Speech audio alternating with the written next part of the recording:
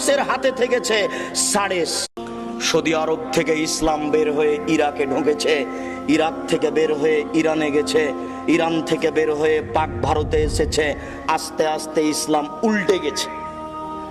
উল্টে যাওয়া ইসলাম, উল্টে যাওয়া মানুষের হাতে থেকেছে 750 বছর। ওরা চলে গেলে যাদের হাতে থেকেছে তাদের নাম ইংরেজ। ওদের দালাল ছিল শিয়া, ওদের দালাল ছিল কাদিয়ানি, ওদের দালাল ছিল অমুসলিম, আরো কিছু লোক দালাল ছিল, তাই এখন আর বলছি না। ওরাই তাদের বলেছিল যে আপনাদের জানি শত্রু ওরা যারা বুকে হাত বাঁধে, আপনাদের জানি শত্রু ওরা যারা জোরে আমিন বলে। তাই তারা শহরে খুঁজছিল কোথায় তারা। তাই আমাদের বাড়ি শহরে হয়নি, মসজিদেও হয়নি। শহর ছেড়ে পালিয়ে গিয়ে ওই বাগমারায় আশ্রয় নিয়েছি। বাগমারায় গাড়ি তো যায় না, গরুর গাড়িও যায় না, গরুর গাড়ি তো যায় না, পায়ে হেঁটেও যাওয়া যায় না। ইংরেজ যেন আমাকে খুঁজে না পাই, আমি ওখানে গিয়ে আশ্রয় নিয়েছি। মনে রাখবেন, আমি মুনাফিকি করতে রাজি নই।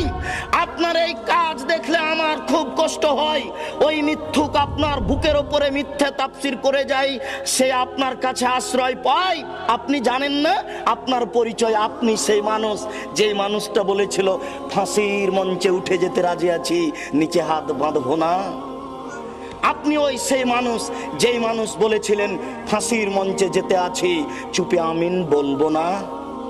সেই মানুষ আজকে পরিবর্তন হয়ে গেলেন।